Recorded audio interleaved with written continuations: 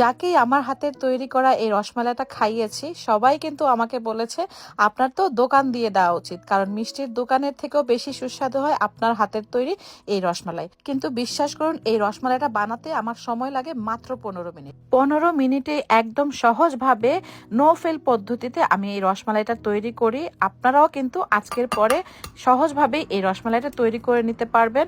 আর এটা তৈরি করার জন্য প্রথমেই আমার লাগবে একটা ডিম, আর এখানে আমি রুম টেম্পারেচারে থাকা একটা ডিমকে ভালোভাবে ফেটিয়ে নিচ্ছি। এখন এই ডিমটাকে এক সাইডে সরিয়ে রাখছি। আর আজকের রসমালাইটা আমি তৈরি করছি গুঁড়ো দুধ দিয়ে, এই জন্য আমার 1 কাপ ফুল ক্রিম গুঁড়ো দুধ লাগবে। আমি ব্যবহার করছি নিডোটা, আপনারা চাইলে ডানাও ব্যবহার করতে পারেন। গুঁড়ো দুধ নিয়ে নিলাম 1 কাপ, আর এতে দিয়ে দিচ্ছি হাফ টিস্পুন বেকিং পাউডার। অবশ্যই কিন্তু বেকিং পাউডারটাই ব্যবহার করবেন, বেকিং সোডা না কিন্তু। সাথে দিয়ে দিলাম 1 টেবিল চামচ ঘি। এখন বেকিং পাউডার ঘিটাকে ভালোভাবে গুঁড়ো দুধের সাথে